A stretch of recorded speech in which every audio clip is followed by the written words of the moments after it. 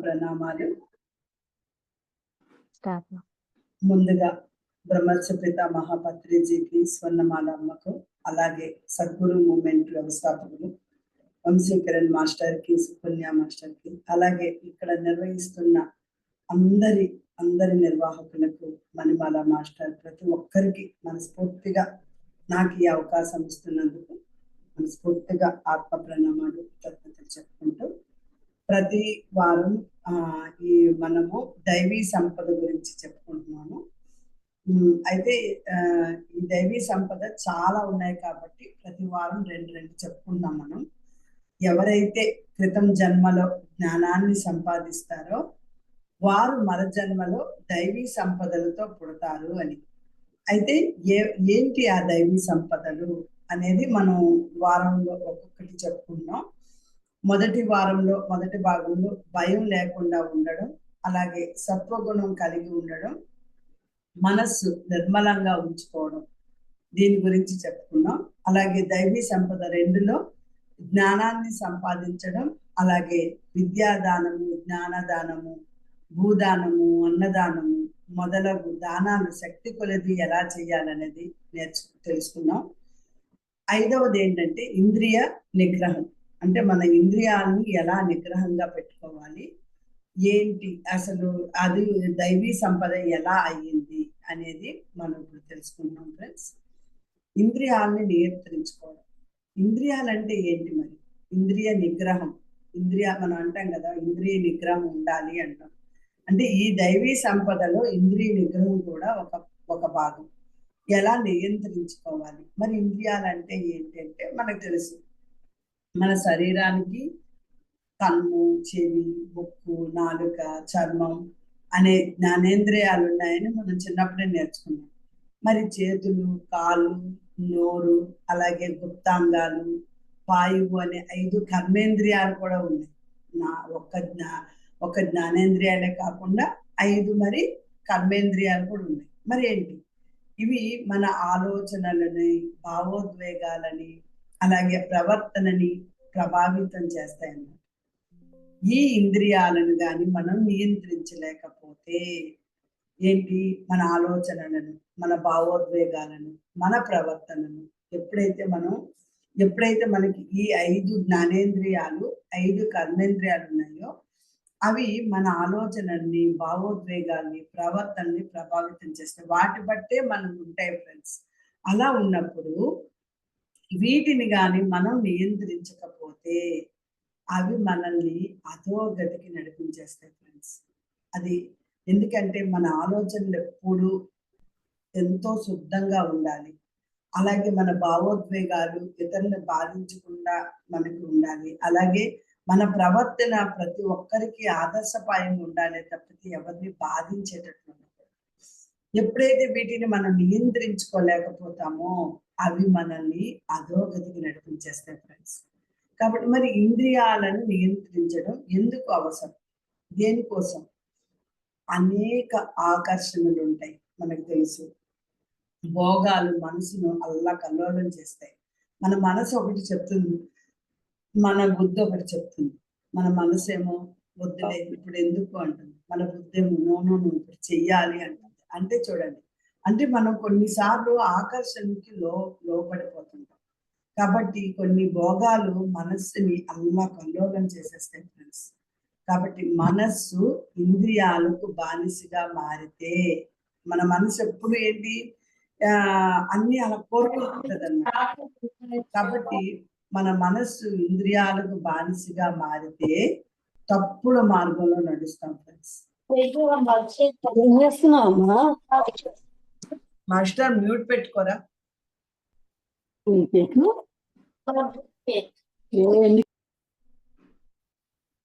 అయితే ఈ అనేక ఆకర్షణ ఎప్పుడైతే మనస్సు ఇంద్రియాలకు బానిసగా మారిపోతుందో తప్పుల మార్గంలో నడుస్తాం అన్నమాట.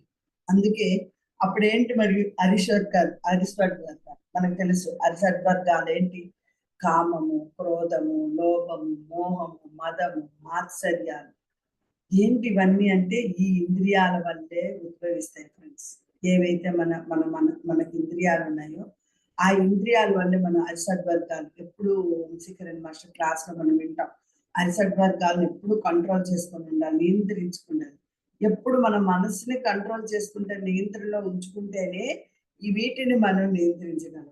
కాబట్టి మనం ఎప్పుడు కూడా అంటే ఏ ఆకర్షణలున్నా, ఏ భోగాలున్నా కూడా, మనసు ఏం చెప్పినా కూడా, మనం ఎప్పుడైతే మన ఇంద్రియాలకు బానిసగా మారకుండా ఉంటామో, అప్పుడే సరైన మార్గంలోకెళ్తాం ఫ్రెండ్స్.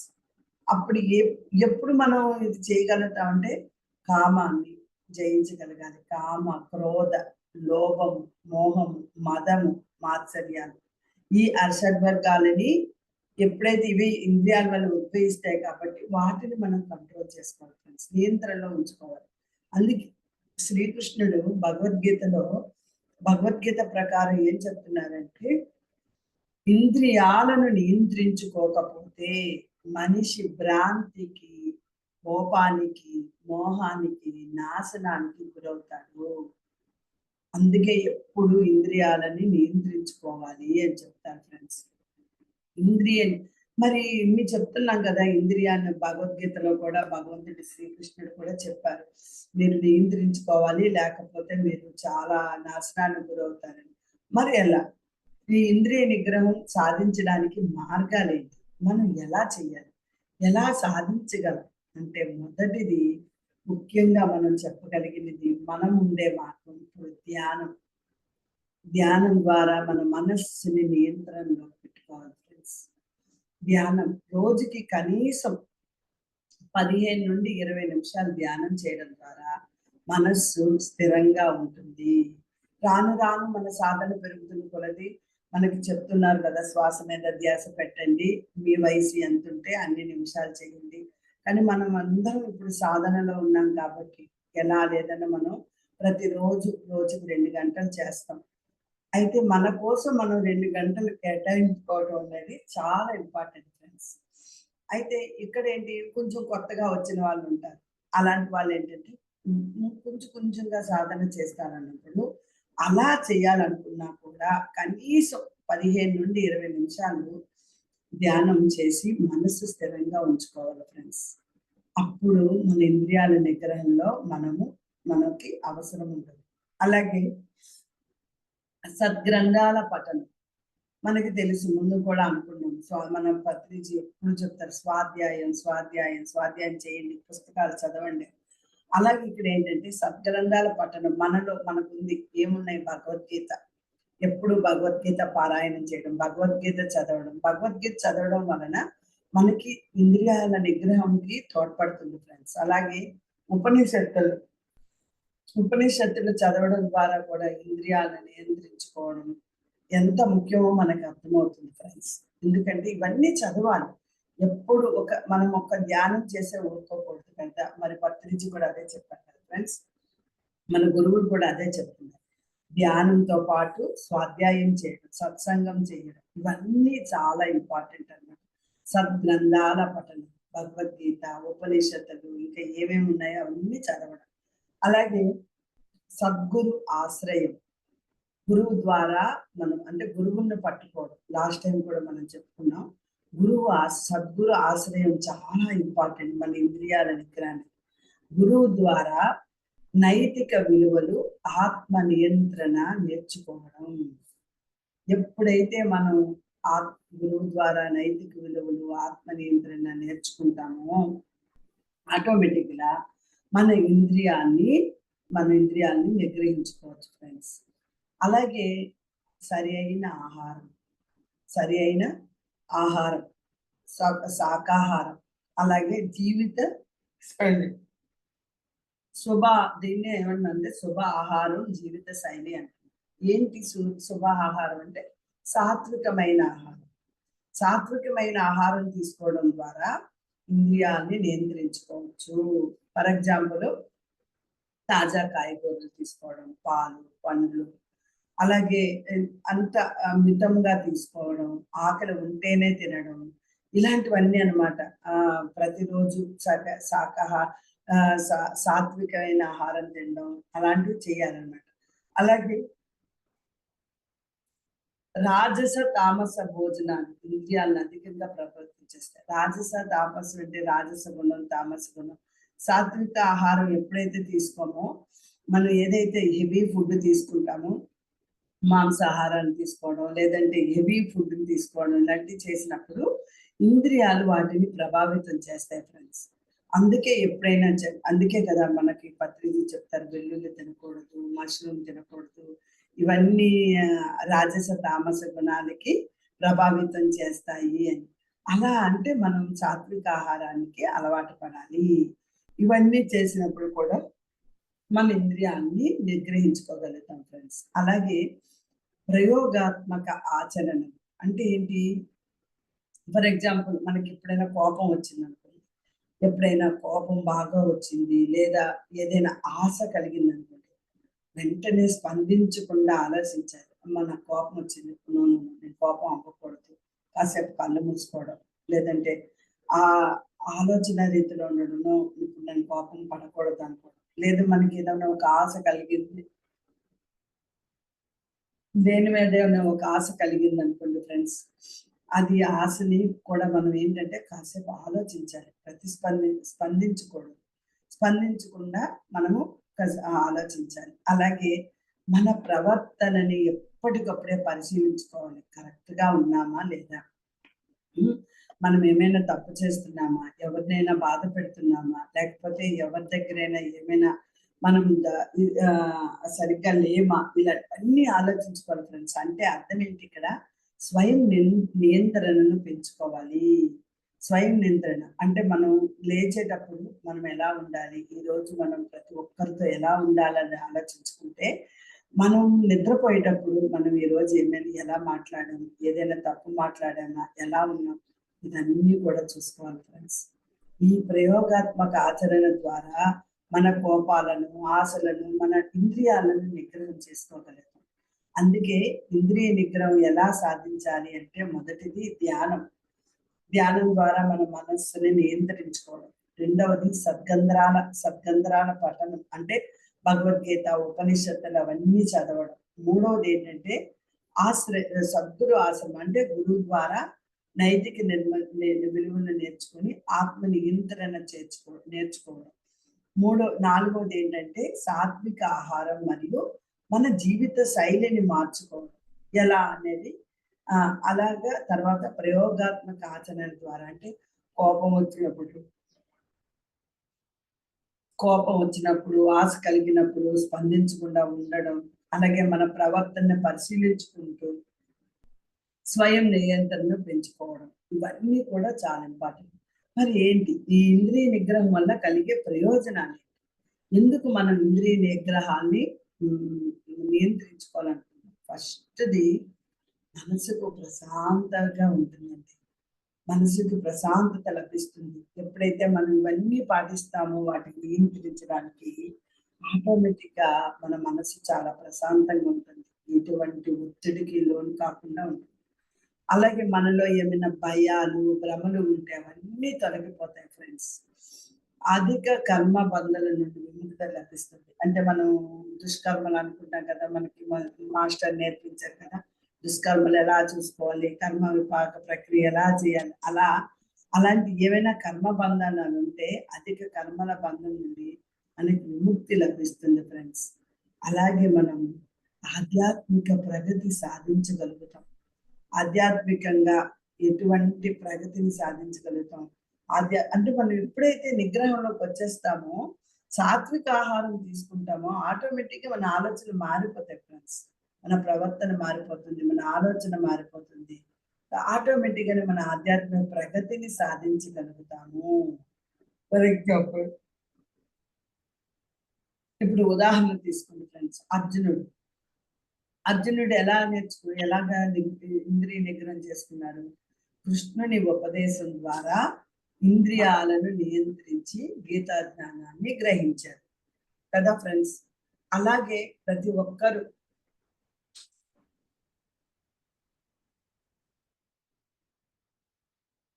ఫ్రెండ్స్ ఎరుకలో ఉండండి. ఎవరైనా మ్యూట్‌లో ఉంటే మ్యూట్ పెట్టుకోండి.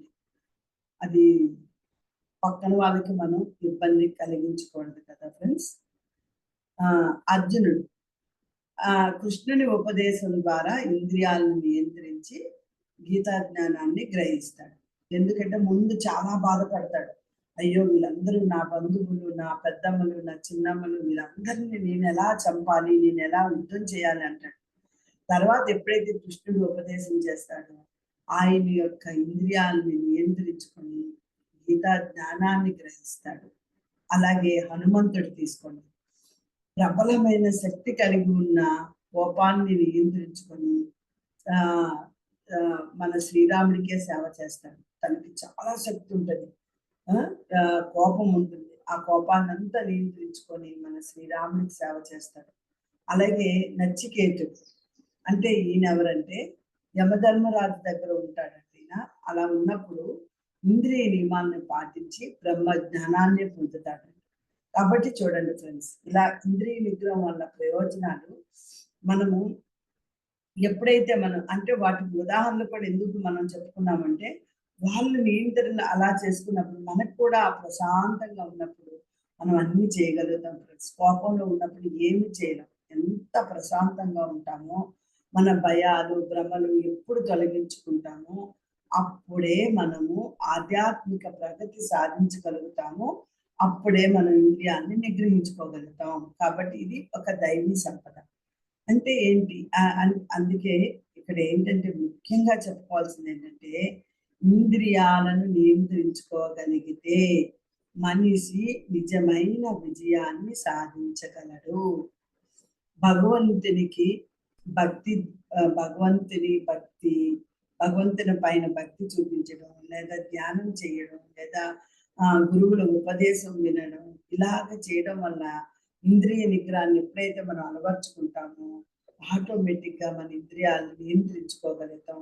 అప్పుడు మనం నిజమైన విజయాన్ని సాధించగలుగుతాం ఫ్రెండ్స్. అదే మనకి ఇంద్రియ నిగ్రహం వల్ల కలిగే ప్రయోజనాలు. ఇది ఒక ఇంద్రియ నిగ్రహం అనేది. అందుకే మనం దైవీ సంపద అని చెప్పాం. ఎప్పుడు ఇవన్నీ వస్తాయంటే పూర్వకాలంలో మనం కూడా ధ్యాన సంపదను సముపార్జించి మనము అలా ఉండేటప్పుడు కూడా వస్తుంది. అలా కాకుండా మన ఇప్పుడు కూడా మన సాధన ద్వారా నేర్చుకుంటే కూడా వీటిని ఎప్పుడైతే నియంత్రించుకోగలుగుతామో వారిని దైవీ సంపద కలిగి ఉన్న జ్ఞానులుగా మనం చెప్పుకోవచ్చు ఫ్రెండ్స్. ఇంకొకటి మరి 6వది జ్ఞాన యజ్ఞం చేయడం. ఏంటి జ్ఞాన యజ్ఞం? జ్ఞాన యజ్ఞాన్ని చేస్తే కూడా అది కూడా దైవీ సంపద కింద వస్తుంది ఫ్రెండ్స్. మరి ఏంటి యజ్ఞం అనగా మనకు తెలుసు, త్యాగం, సమర్పించడం.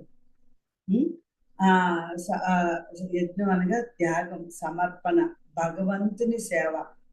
మనం భగవంతుని సేవ ఎప్పుడు చేస్తామో, సమర్పణ ఎప్పుడు చేస్తామో, దాన్ని అన్నిటినీ త్యాగం ఎప్పుడు చేస్తాం, వీటిని యజ్ఞము అంటాం. మనం అంటాం కదా, యజ్ఞం లాగా ఈ పని చెయ్యాలి అంటాం. అంటే అర్థం ఏంటి? సమర్పించుకోవడం. అంటే ఇక్కడ కూడా భగవద్గీత ప్రకారం శ్రీకృష్ణుడు ఏం చెప్తారంటే, సర్వ యజ్ఞాలలో జ్ఞాన యజ్ఞమే శ్రేష్టం అని శ్రీకృష్ణుడు చెప్తారు. సర్వ యజ్ఞాలలో జ్ఞాన యజ్ఞమే శ్రేష్టం. జ్ఞానాన్ని పంచడం ఫ్రెండ్స్, జ్ఞానాన్ని సమర్పించడం, జ్ఞానాన్ని ప్రతి ఒక్కరికి ఇవ్వడం, అలాగే మనం తీసుకోవడం. జ్ఞాన యజ్ఞం యొక్క ముఖ్య లక్షణాలు ఏంటి మరి అని అనుకున్నాం కదా. అంటే ఏంటి, ఎలా, ఏ విధంగా మనం చెప్తామంటే, ఇది భౌతిక వస్తువులను సమర్పించడం కంటే జ్ఞానాన్ని పంచడం ద్వారా చేసే యజ్ఞము. నీ దగ్గర ఉన్నది నీతోనే పెట్టుకోవద్దు. ఇప్పుడు మన గురువులందరూ చేసేది ఏంటండి, మన గురువు గారు, మన పత్రిజీ గారు, ఓకే నేను ఒక్కనే ధ్యానం చేస్తాను, నేను ధ్యానం చేసి నేను నాతోనే ఉంచుకుంటాను ఈ జ్ఞానాన్ని అనుకుంటే మనకి ఇంతమంది జ్ఞానులు తయారవుతారా? లేదు కదా. అంటే ఇంటింటికి తను వెళ్ళి తన జ్ఞానాన్ని పంచారు. అదే జ్ఞాన యజ్ఞం. అలాగే మనకు వంశీకరణ మాస్టర్ తీసుకుని ప్రతిరోజు ఏదో ఒక జ్ఞానాన్ని పంచుతూనే ఉంటారు. ఏదో ఒక వీడియో అలా వస్తూనే ఉంటుంది. ఎన్నో నేర్చుకున్నాం మనం. మరి అది జ్ఞాన యజ్ఞం. అంటే మనకి తెలిసినది వేరే ఒకరికి పంచడం. మనకు తెలిసి నీకు ఏ తెలిసి అంటే పత్రిజీ అనేవాళ్ళు కదా, ఏ తెలిస్తే ఏ చెప్పు, బి తెలిస్తే బి చెప్పు అని. అలా అన్నట్టు మనకి ఏది తెలిస్తే దాన్ని పంచడమే ప్లస్ జ్ఞాన యజ్ఞం అంటే. జ్ఞాన యజ్ఞం ముఖ్య లక్షణాలు ఏంటంటే ముందు ఆధ్యాత్మిక జ్ఞానాన్ని స్వీకరించాలి. ఎలా స్వీకరించాలి? వేదాల ద్వారా, ఉపనిషత్తుల ద్వారా, భగవద్గీత ద్వారా, అలాగే భాగవతం, ధర్మశాస్త్రాలు ఇవన్నీ చదవడం ద్వారా మనం ముందు జ్ఞానాన్ని స్వీకరిస్తాం. ఏం స్వీకరించకుండా, ఏం చదవకుండా ఎలా చెప్తారు? ఇప్పుడు మన గురువు గారు ప్రతిదీ చాలా చెప్తారు. భగవద్గీత గురించి, భాగవతాల గురించి ఎన్నో చెప్తారు మాస్టర్. మరి ఎలా చెప్తున్నారు ఇవన్నీ? ఆయన ముందు ఆధ్యాత్మిక జ్ఞానాన్ని స్వీకరించారు. వేదాలు చదివారు, అలాగే భగవద్గీత, భాగవతం ఇవన్నీ చూసి దానిలో ఉన్న క్యారెక్టర్స్ తీసుకొని దాన్ని మనం ఆధ్యాత్మికంగా ఎలాగ చేసుకోవాలని చెప్తున్నారు. అలాగే మనం కూడా ముందు ఆధ్యాత్మిక జ్ఞానాన్ని స్వీకరించాలి.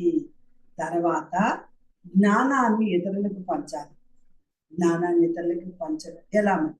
గురువులు శిష్యులకు విద్య బోధించడం, అలాగే ధర్మ మార్గంలో నడిపించడానికి ఇతరులకు సందేశాన్ని ఇవ్వడం. అంటే మనం క్లాసులు అలాంటి విద్య బోధించడం ఏంటి, మన ధర్మ మార్గం ఎలా ఉండాలనేది ప్రతి ఒక్కరికి సందేశాన్ని ఇవ్వడం. అలాగే తపస్సు ధ్యానం చేయడం, ధ్యానం చేయడం, స్వయంగా జ్ఞానాన్ని ఆచరించడం అనమాట. మన ధ్యానం ద్వారా, తపస్సు ద్వారా జ్ఞానాన్ని ఆచరించడం, అలాగే తపస్సు ద్వారా పరమార్థాన్ని గ్రహించడం, ఇవన్నీ అనమాట. భగవంతునికి అర్పణ భావనతో నడుచుకోవడం. ఎలా? చేసే ప్రతి పని కూడా భగవంతునికి సమర్పించాలి అనే భావన కలిగి ఉండడం. అందుకే కదండి, ఎవరైనా మనకి ఏదైనా మెచ్చుకున్నా, ఏం చేసినా మనం ఏమంటున్నామండి? కృష్ణార్పణం అంటున్నాం. కృష్ణుడు చెప్పాడంట, నువ్వు ఏం చేసినా, నువ్వు ఏది చేసినా కూడా నువ్వు కృష్ణార్పణం అని చెప్పేసేయి అని. అలాగన్నట్టు మనం కూడా ఏంటంటే అర్పించడం అంట. మనం ఏం చేసినా కృష్ణుడికే అర్పిస్తున్నాము అనుకోవడం. అలా భగవంతునికి సమర్పించాలనే భావన కలిగి ఉండాలి ఫ్రెండ్స్. అదే భగవంతునికి అర్పణ భావనతో నడుచుకోవడం. ఇది చాలా ఇంపార్టెంట్ అండి. జ్ఞాన యజ్ఞంలో ముఖ్య లక్షణాలు ఏంటి? ఫస్ట్ ఆధ్యాత్మిక జ్ఞానాన్ని ముందు మనం స్వీకరించాలి. స్వీకరించిన జ్ఞానాన్ని ఇతరులకు పంచాలి. అలాగే ధ్యానం చేయాలి, ధ్యానం చేసుకోవడం ఇవన్నీ చేయాలి. భగవంతుడికి అర్పణ భావంతో చూడాలి. మరి ఎలా చేయాలి జ్ఞాన యజ్ఞం? మరి జ్ఞాన యజ్ఞం ముఖ్య లక్షణాలు అయితే మనం అనుకున్నాం. మరి ఎలా చేయాలి? మొదటిది మరి మనకు మళ్ళీ తెలుసు, సద్గ్రంథాలు స్వాధ్యాయం చేయడం, అధ్యయనం చేయడం. అవి చదవడం ఒక్కటే కాదు ఫ్రెండ్స్, వాటిని అధ్యయనం చేయాలి. భగవద్గీత చదవడం, అలాగే వేదాలు చదవడం, ఉపనిషత్తులు చదవడం, ఇవన్నీ చదివి అధ్యయనం చేయాలి. అంటే ఏంటి, అందులో ఉన్న క్యారెక్టర్స్ ఏంటి, వాటి ద్వారా మనం ఏమి నేర్చుకోవచ్చు, ఏమి నేర్చుకోకూడదు. అలాగే సత్సంగంలో పాల్గొనడం. చూడండి, మనకు అందుకే గురువు గారు ఎప్పుడు చెప్తారు, మీరు సత్సంగంలో ఉండాలి. ధ్యానం ఒక్కటే చేయడం కాదు, మీ అనుభవాలు పంచుకోవాలి, సజ్జనులతో సాంగత్యం చేయాలి, వారితో ఎందుకంటే వాళ్ళతో మాట్లాడుతున్నప్పుడు మనకు కొత్త కొత్త విషయాలు తెలుస్తుంటాయి ఫ్రెండ్స్. అలాగే సత్సంగంలో పాల్గొనడం, మనకి భక్తులు, ఆచార్యులు, గురువులతో సమాగమనం కలిగి ఉండడం, ఎవరెవరైతే ఉన్నారో వాళ్ళందరితో కలిసి మాట్లాడడం, అలాగే ప్రార్థనలు చేయడం, భగవంతుని భజన చేయడం, భగవంతుని గురించి ఇతరులకి వివరించడం. ఎలా ఉన్నారు, ఎందుకు ఆ భగవంతుడు శ్రీరాముడు ఎందుకు మనకి ఆదర్శపడేటయ్యాడు, శ్రీకృష్ణుడు ఎలా అయ్యాడు, ఇవన్నీ చెప్పడం అనమాట. భగవంతుడి గురించి ఇతరులకి మనం వివరించడం, మనకి తెలిసిన కోణంలో మనం వివరించడం, కీర్తనలు చేయడం, అలాగే గురువుల ద్వారా జ్ఞానాన్ని పొందడం. ఎప్పుడైతే మనం స్వయంగా తెలుసుకోవడం ఒక్కటే కాదు ఫ్రెండ్స్, ఊరికే మనం బుక్ పట్టుకొని చదివేసిన దానికన్నా ఆ చదివిన తర్వాత గురువులది కూడా వినాలి. అంటే ఇప్పుడు మనం చూడండి, చాలా ఛానల్స్ ఉన్నాయి, క్లాసులు వస్తున్నాయి. ప్రతిరోజు వింటే ఒక్కొక్క మాస్టర్ ఒక్కొక్క అద్భుతమైన క్లాసులతో ముందుకు వస్తున్నారు, ఒక్కొక్క టాపిక్తో. మరి అవన్నీ వినాలి, మనం బోర్ అనుకోకూడదు. ధ్యానం అయిపోగానే చాలా మంది లెఫ్ట్ అయిపోతుంటారు. కానీ ఫ్రెండ్స్, ధ్యానం ఎంత ముఖ్యమో జ్ఞానం కూడా అంతే ముఖ్యము. మీరు విన్నప్పుడే ఆ జ్ఞానం అసలు ఏం వస్తుంది, ఏం జరుగుతుంది, గురువులు ఏం చెప్తున్నారు అనేది మీకు అర్థమవుతుంది ఫ్రెండ్స్. కాబట్టి ఎప్పుడు గురువుల ద్వారా జ్ఞానాన్ని పొందడం, స్వయంగా తెలుసుకోవడం ఒక్కటే కాదు ఫ్రెండ్స్, ఇతరులకు కూడా మనం బోధించాలి. బోధించాలంటే మనం గురువులు చెప్పింది వినాలి. సత్సంగంలో ఏం జరుగుతుంది, ఎలా చెప్తున్నారు అనేది వినాలి ఫ్రెండ్స్. ఇది చాలా ఇంపార్టెంట్. సో జ్ఞాన యజ్ఞాన్ని మనం ఎలా చేయాలనుకున్నాం, సప్తరంధ్రాల ద్వారా, అలాగే సత్సంగంలో పాల్గొనడం ద్వారా, భగవంతుని భజన ప్రార్థనలు చేయడం ద్వారా, నాలుగవది గురువుల ద్వారా జ్ఞానాన్ని పొందడం ఫ్రెండ్స్. అయితే జ్ఞాన యజ్ఞం వల్ల మరి కలిగే ప్రయోజనాలు ఏం ప్రయోజనాలు కలుగుతుంది అంటే, అజ్ఞానం తొలగిపోతుంది. ఎప్పుడైతే మన జ్ఞానాన్ని పంచుకుంటామో మనలో ఉన్న అజ్ఞానం తొలగిపోతుంది ఫ్రెండ్స్. మాయలోంచి బయటపడగలుగుతాం.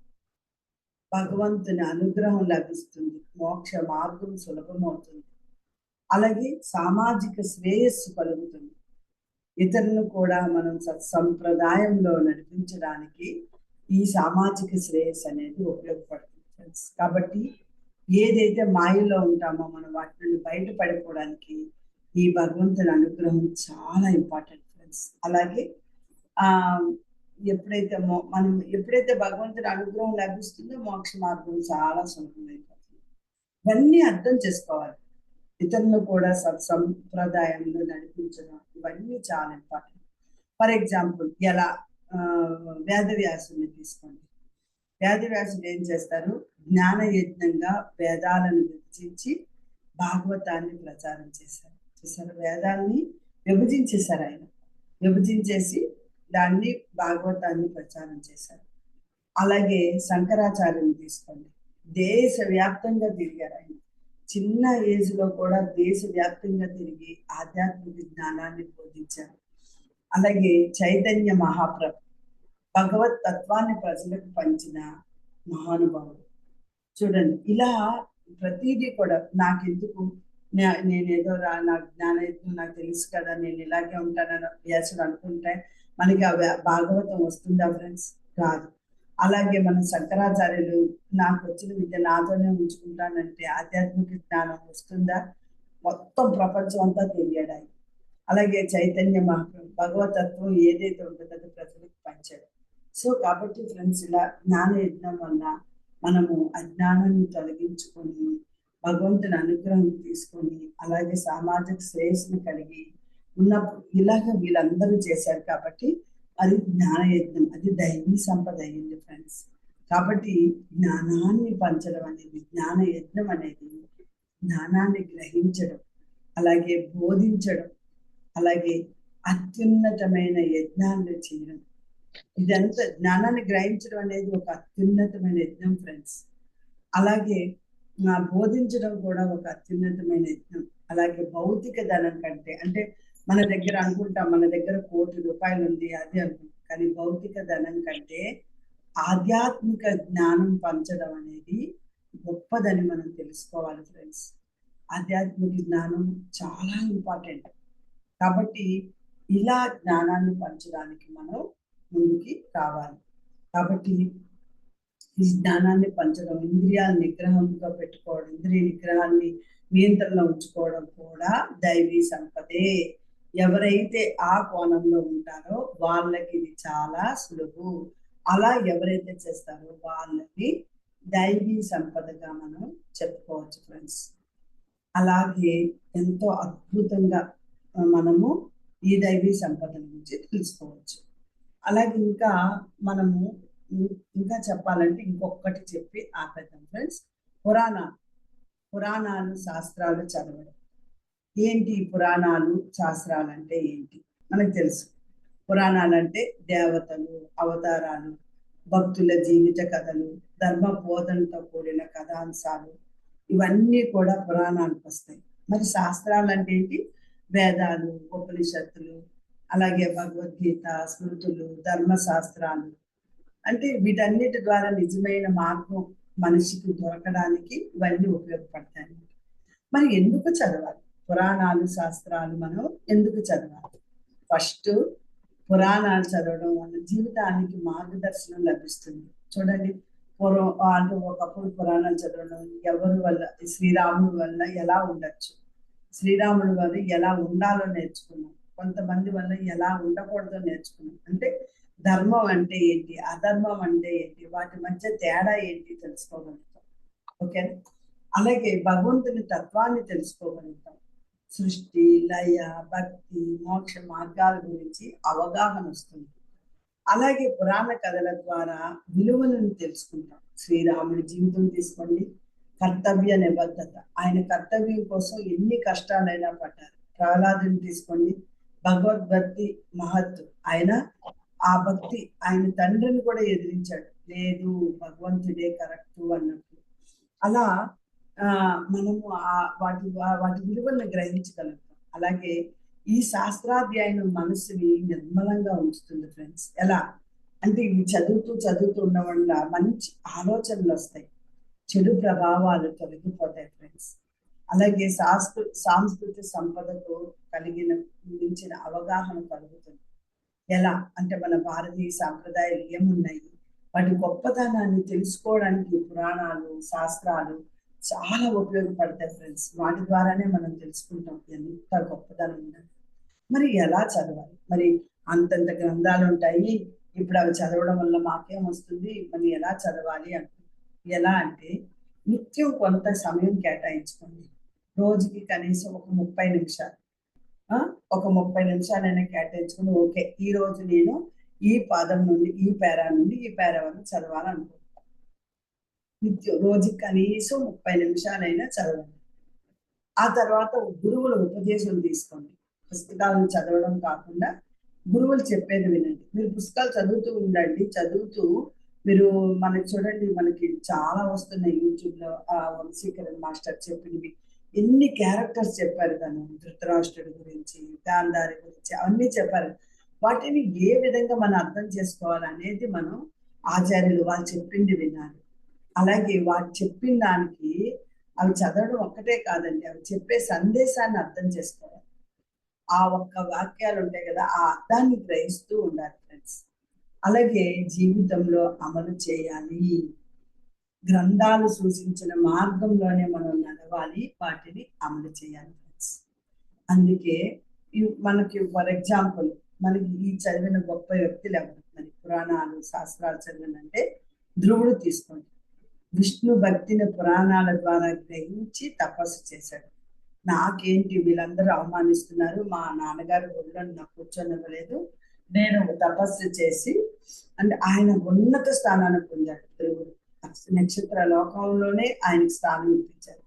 అలాగే శంకరాచార్య చిన్న వయసులోనే అన్ని శాస్త్రాలు చదివింది కాకుండా ప్రజలందరికీ బోధించారు. చూసారు. అలాగే ఇలా ఎంతో మంది ఉన్నారండి కవులు, ప్రతి ఒక్కరు. వీళ్ళందరికీ మనం ఆత్మవందనాలు చెప్పచ్చు. అందుకే పురాణాలు శాస్త్రాలు చదవడం ద్వారా మనిషి జీవితానికి పరిపూర్ణత కలుగుతుంది. మనం రామాయణం చదివితే ఒక విధంగా మనం నేర్చుకుంటాం, భారతం చదివితే ఇంకో విధంగా నేర్చుకుంటాం. రాముడిని చూస్తే ఓ మనం ఇలా ఉండాలి అనుకుంటాం, రావణుని చూస్తే ఓ మనం ఇలా ఉండకూడదు, ఇంత మూర్ఖత్వంగా ఉండకూడదు. మళ్ళీ రావణుడు పండితుడే, ఆయన పండితుడు, ఆయన బ్రాహ్మణుడు, కానీ ఆయన మూర్ఖత్వం వల్ల అవన్నీ కొట్టుకుపోతాయి కదా ఫ్రెండ్స్. కాబట్టి పురాణాలు శాస్త్రాలు చదవడం ద్వారా మనిషి జీవితానికి పరిపూర్ణత కలుగుతుంది. ఇవి మనిషిని ధర్మబద్ధమైన మార్గంలో నడిపిస్తాయి ఫ్రెండ్స్. కాబట్టి ఇవన్నీ కూడా మనం చదవాలి. మనం అనుకోవచ్చు పురాణాలు ఇవన్నీ అయిపోయిన కదా ఏం చదువుతాం, మనకు బోర్ అనుకోకూడదు. ఆధ్యాత్మికంగా ఎదగాలంటే మనం చదవాలి, వాటిని మళ్ళీ గురువుల ద్వారా నేర్చుకోవాలి. ఇలా ఎవరైతే చేస్తారో వాళ్ళు కూడా దైవీ సంపద కలిగినట్లే ఫ్రెండ్స్. ఇలా మనము చెప్పుకుంటూ ఉంటే ఇంకా చాలా ఉన్నాయి. ఇప్పటికి మనం 7 దైవీ సంపదలు చెప్పుకున్నాము. ఇంకా ఉన్నవి మళ్ళీ నెక్స్ట్ క్లాస్లో చెప్పుకున్నాం ఫ్రెండ్స్. నాకు ఈ అవకాశం ఇచ్చిన సద్గురు మూమెంట్ ఛానల్కి, అలాగే ఇంతటి అద్భుత జ్ఞానాన్ని నేను ప్రతి ఒక్క గురువు దగ్గర నేర్చుకున్నాను ఫ్రెండ్స్. అలాగే ఆ ఒక్క ప్రతి గురువుకి నా మనస్ఫూర్తిగా కృతజ్ఞతలు చెప్తూ, అద్భుతంగా ఈరోజు ఓపికగా విన్న మీ అందరికీ మనస్ఫూర్తిగా కృతజ్ఞతలు చెప్తూ, థ్యాంక్ యూ అండి. Thank you so much. Thank you.